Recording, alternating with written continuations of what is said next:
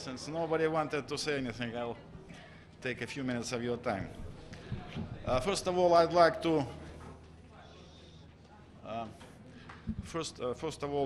to make some comments in connection with a rather startling statement which was made by Ambassador Yury Sergeyev of Ukraine at this stakeout on March 4. Responding to a question, he said, and I quote, "Russia, at that time Soviet Union, tried to press Western allies to recognize what you called Banderas and others, that they were killers. Why Nurnberg process didn't recognize that? Because it was falsified. Because the position of the Soviet Union was not fair at that time." End of quote. What I'd like to say is the following. Massive documentary evidence proves that the Organization of Ukrainian Nationalists, OUN, and Ukrainian Insurgent Army, UPA, collaborated with the Nazis. They took part in mass killings of civilians and punitive operations against partisans in Belarus, Ukraine, and Poland. On June 30, 1941, with the invasion of Ukraine by Nazi troops, Stepan Bandera issued the Act of Proclamation of Ukrainian Statehood, which declared that, and I quote, "The newly formed Ukrainian state will work closely with the National Socialist Greater Germany, which under leadership of Adolf Hitler is forming a new order in Europe and the world." End of quote. In 1941, Ukrainian Nazi collaborators provided the majority of the executioners who murdered over 150,000 Jews in Babi Yar in Kiev. Gypsies and Soviet prisoners of war were also executed there. In 1942, OUN was involved in a campaign of ethnic cleansing in Volhynia, Poland. Over 100,000 women, children, and unarmed men were slaughtered. Polish historians calculated that 135 different sadistic methods were used to kill innocent people. In 1942, OUN's campaign of mass extermination of Poles and Jews continued. On January 28, 2010, Simon Wiesenthal Center expressed, and I quote, "deepest revulsion," unquote, at the decision by then President of Ukraine to honor OUN's leader Bandera, and I quote, "who collaborated with the Nazis in the early stages of World War II and whose followers were linked to the murders of thousands of Jews and others," end of quote. On February 25, 2010, the European Parliament adopted a resolution in which it expressed deep regret for the decision posthumously to award Bandera, a leader of the OUN which collaborated with Nazi Germany, the title of National Hero of Ukraine. The European Parliament called on the Ukrainian leadership to reconsider such decision and maintain its commitment to European values. Polish President Lech Kaczynski stated on February 7, 2010, that OUN and UPA, and I quote, "were engaged in mass murders of Polish civilians in the eastern territories of the Second Republic, killing 100,000 people. Poles were being killed for being Poles," end of quote. It is deeply disturbing that the followers of Bandera are openly marching these days in Ukraine, displaying his portraits and fascist insignia, and are wielding considerable political power in Kiev. Attempts to whitewash OUN UPA are not only morally repulsive, they amount to encouraging nationalist ideology, extremism, and intolerance. Now I'll move back to our discussion today. As you know, we heard a briefing from Mr. Eliasson. I'm sorry, Ambassador Lyle Grant, who requested the consultations, was not here, so I came to the stakeout first. I'll be very brief. We appreciated the remarks which Mr. Eliasson made, where he described his understanding of the situation. We welcome the fact that Mr. Shimonovich is there in Ukraine now, and hopefully will be able to meet with people and who will give them their understanding of the situation with human rights in that country. I also sort of continued the discussion we had at the previous meeting of the Security Council, when some colleagues were talking about democracy in Ukraine, and were referring to the new authorities as legitimate authorities. So I went back to this transcript of the phone conversation between the Foreign Minister of Estonia and Baroness Ashton of March I explained that I did it for two reasons.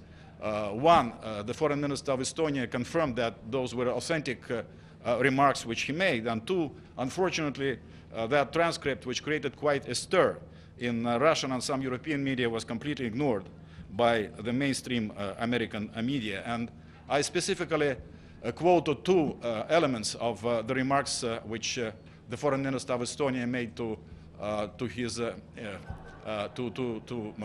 Baroness Ashton. The first one, when he describes the intimidation of the members of parliament of Ukraine, when unwanted people visit them, and when the journalists who accompanied him saw a member of parliament being beaten up in broad daylight in downtown Kiev. So you can imagine what is happening outside of broad daylight on the eyes of journalists. So under those circumstances, it's hard to imagine how such a parliament operating under such circumstances can be regarded as a legitimate parliament which can pass legitimate decisions on the future of Ukraine.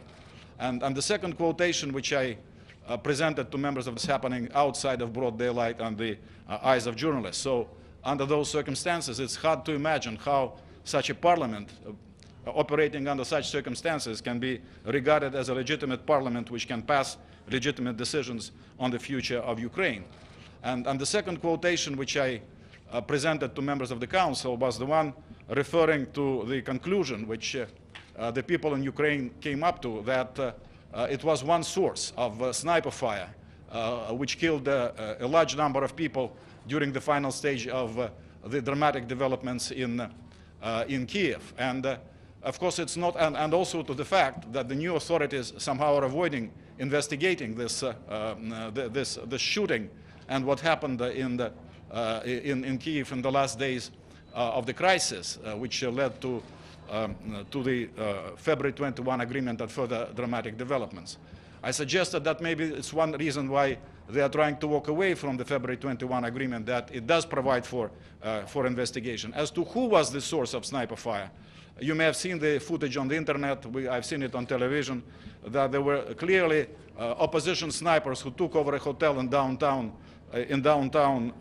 Kiev, who were working as snipers, shooting at somebody in the streets. So now it's obvious that they were the ones who were killing both the policemen and those who were protesting in order to exploit even further protest and take power by force to execute this coup in Ukraine. And finally, going to the core of our discussion as to what can be done next, I simply referred colleagues to a statement which was made today by Foreign Minister Lavrov in Rome after he completed another round of discussions with Secretary Kerry and maybe other officials, when he said, speaking about various possibilities of international role in dealing with the crisis in Ukraine, that we need to understand better what our partners mean, those who suggest that we create various mechanisms, what will be the composition of those mechanisms. But he also emphasized, and I encourage you to go to the original, that it's very important for us what we'll be dealing with, that we need to talk about implementing February 21 agreement, constitutional reform, presidential elections after the presidential reform, forming the national coalition government, and also it's crucially important to involve the regions and have expressed agreement from various regions in all the processes which may be taking place in Ukraine in order to resolve that crisis. So these are my, Matthew. Yeah, sure. I wanted, this issue of the same snipers shooting at both, do you think this is within the type of thing that Mr. Simonovich should be investigating? And also the U.S. sanctions today. I know that you sometimes say you only speak about the UN. The U.S. announced that it has a travel ban list and new set of sanctions. Do you think it's useful for the process taking place in there? Well, first of all, I hope Mr. Simonovich and in fact Mr. Eliasson too can at least encourage this investigation, and that would be they are playing their part in implementing at least one part of February the 21 agreement. As to the sanctions, I don't want to go into it. It's a double-edged sword, and of course we cannot possibly regard it as something which is useful under any circumstances. Go ahead. Ambassador, thank you. Why Russia is opposing to negotiations with the government in Ukraine, and you are insisting on using force instead? No, we are not insisting on any use of force. What we are saying is that we do not recognize the current Ukrainian authorities as legitimate. We do have various working contacts. We do have non-political contacts with them.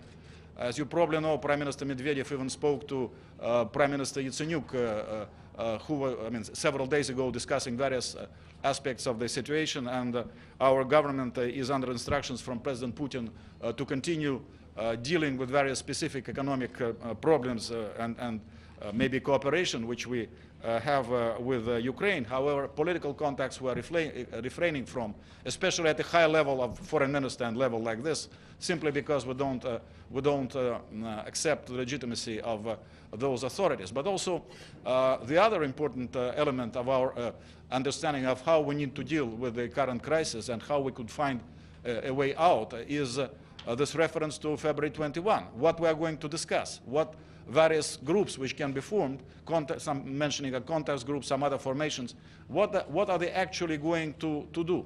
We need to have a clear program of work. One question.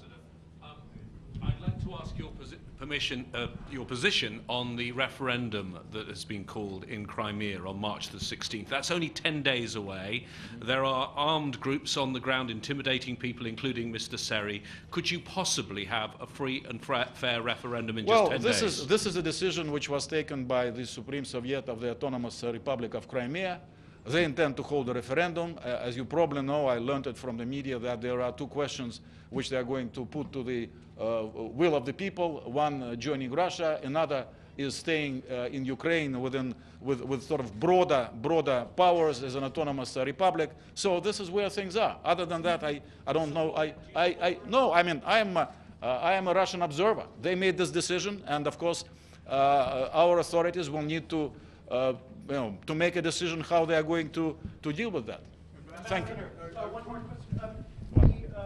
The Ukrainian ambassador suggested that it was Russians who were involved in this situation with Mr. Seri. And then one other thing, a number of ambassadors that I've spoken to here privately said that they don't understand how Russia could suggest that these militias or military personnel in Crimea are not Russian, the ones that don't have any markings. I described the very complex setup which we have in the Crimea now in terms of military presence in the Security Council meeting on the 4th. I mean, you have to understand that there is the Black Sea Fleet and some military with the Black Sea Fleet.